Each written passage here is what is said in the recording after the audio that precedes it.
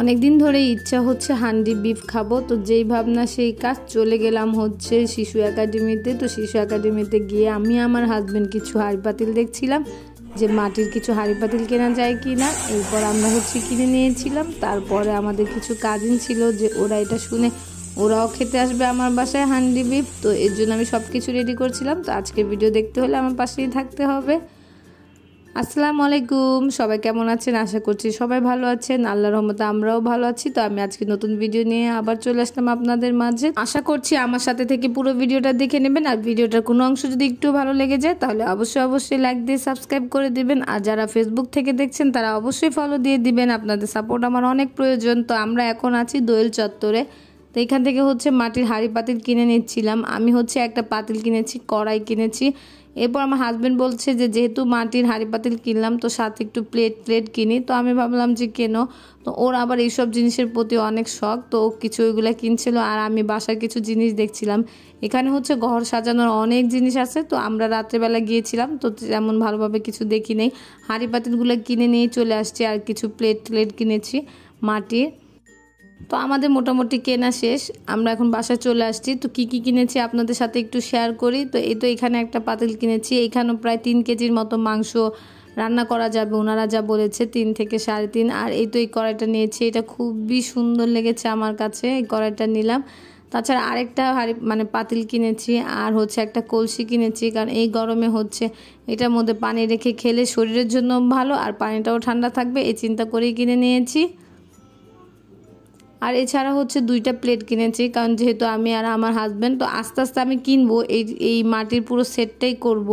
তো আজকে হচ্ছে 2টা প্লেটই কিনেছি। আর এটাই হচ্ছে আরেকটা পাতিল, এখানেও প্রায় 3 কেজি 3.5 কেজির মতো মাংস রান্না করা যায়।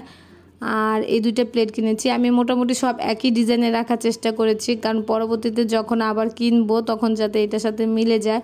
আর এতে এরকম 2-3টা ছোট বাটি কিনেছি যাতে কোনো ভর্তা টর্তা যাতে সার্ভ করা যায়। আর এছাড়া একটা একটু বড় বাটি কিনেছি কোনো তরকারি দিতে হলে।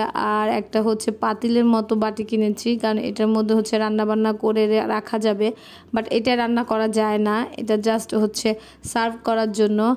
আর এছাড়া একটা পাতার মতো একটা প্লেট কিনেছি যদি ভর্তা টর্তা দেওয়া লাগে। আর এছাড়া আরেকটা প্লেট কিনেছি আমি।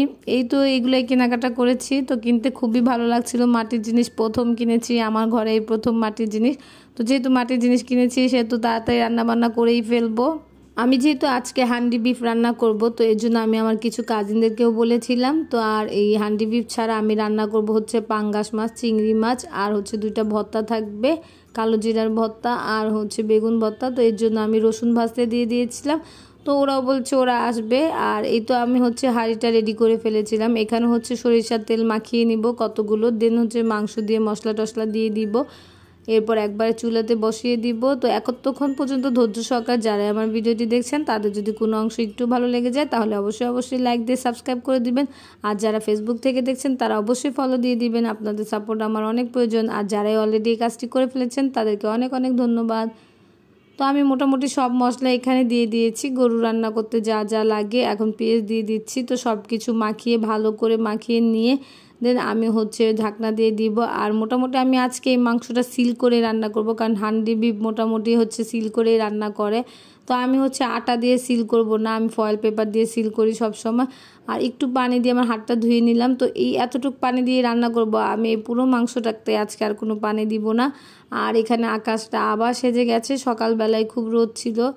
তো ভালোই লাগে, বৃষ্টি পরে আবার রোদ উঠে খুবই ভালো লাগছে। কতদিন ধরে বৃষ্টি হচ্ছে, আমার তো খুব শান্তি লাগছে। তো এই তো আমি চুলায় বসিয়ে দিয়েছি, আমি একটু পরে এটাকে সিল করে দিব। আর এই তো বৃষ্টি অলরেডি শুরু হয়ে গেছে। তো বৃষ্টি পড়লে আমার খুব ভালো লাগে, কারণ আমার হচ্ছে চুলার পাশে হচ্ছে জানলা, তো জানলা দিয়ে সারাক্ষণ বৃষ্টি দেখা যায়, আমি বৃষ্টি দেখি আর রান্না করি, খুবই ভালো লাগে। আর আমি এখানে চিংড়ি মাছটাও ভাজার জন্য দিয়ে দিলাম। চিংড়ি মাছটা জাস্ট একটু ভুনা টাইপ করব। তো আমি সবগুলা চিংড়ি মাছ একবারে দিয়ে দিয়েছি। আর এই তো আমার চিংড়ি মাছ হয়ে গেছে। আর এখানে ডাল থাকবে, তো ডালটাও বাগার দিব, ডালটা মাত্র সিদ্ধ হয়েছে। আর এই তো মাংসটা এই পাশে চুলায় নিয়ে আসছি। তো চিংড়ি মাছ হয়ে গেলে পাঙ্গাস মাছটাও বসিয়ে দিব। আর এই তো আমি এখন ডালটা বাগার দিয়ে দিচ্ছিলাম। আসলে রান্না বান্না করতে খুবই ভালো লাগে, কিন্তু দেখা যায় যে অনেক সময় অনেক ভিডিও করতে পারি না, কারণ কাজের কারণে, আনাইজার কারণে, ছুটাছুটির কারণে অনেক সময় অনেক কিছু মিস হয়ে যায়। কারণ আরও সুন্দর করে হয়তো বা দেখাতে পারতাম, অনেক কিছুই করা যায় না। তারপর আপনাদের এই সাপোর্টগুলো খুবই ভালো লাগে, আপনারা আমাকে সাপোর্ট দিয়ে যাচ্ছেন, আশা করছি এরকম সাপোর্ট দিয়ে যাবেন। আর এই তো আমার পাঙ্গাস মাছটাও প্রায় হয়ে গেছে। তো আমার হচ্ছে মাছ টাছ সব কিছুই মোটামুটি রান্না শেষ। আমি এখন চুলাটা একদম কমিয়ে তারপর সিল করে দিয়েছিলাম। তো এটাও প্রায় মোটামুটি 1 ঘন্টার মতো হয়ে গেছে। তো ভাবলাম একটু দেখে নেই, কারণ যদি আবার পুরো টুরো লেগে যায়, কারণ আমি হচ্ছে এর আগে এটা কখনো রান্না করিনি, আজকে প্রথম। তো ভাবলাম যে যেমনই হোক বাট একটু সাহস করে রান্না করে। আমার মাঝে মধ্যে একটু ভয় লাগছিল যে মাটির হাঁড়ি এটা আবার ফেটে টেটে যায় কি না। তো দেখলাম যে না, ভালোই আছে, মানে তেমন কোনো প্রবলেম হয় নাই। তো আমি যদি এখন নাড়াটা না দিতাম তাহলে হয়তো বা নিচে দিয়ে একটু লেগে যেত, কারণ অনেকক্ষণ ধরে বসানো ছিল। তো আর পানি দিই নেই, কারণ হান্ডি বিফ তো এইভাবে রান্না করে। দেন আমি আবার এটার মুখটা সিল করে দিয়েছিলাম। আর এই তো আমার মোটামুটি সব রান্নাবান্নাই এখানে শেষ। তো আপনাদেরকে দেখাচ্ছিলাম আমি বেগুন ভর্তা, কালিজিরা ভর্তাও করেছিলাম। তো আমার কাজিনরাও চলে আসছিল। তো এই তো আমার হচ্ছে বিফ, আর ওরা দেখে সবাই খুব খুশি হয়েছে, আর ওরা খুব মজা করেও খেয়েছে। তো আজকে এই পর্যন্তই, সবাই ভালো থাকবেন, আমার পাশে থাকবেন। আর ভালো লাগলে অবশ্যই লাইক দিয়ে দিবেন, সাবস্ক্রাইব করে দিবেন, ফলো দিয়ে দিবেন। আপনাদের সাপোর্ট আমার অনেক প্রয়োজন।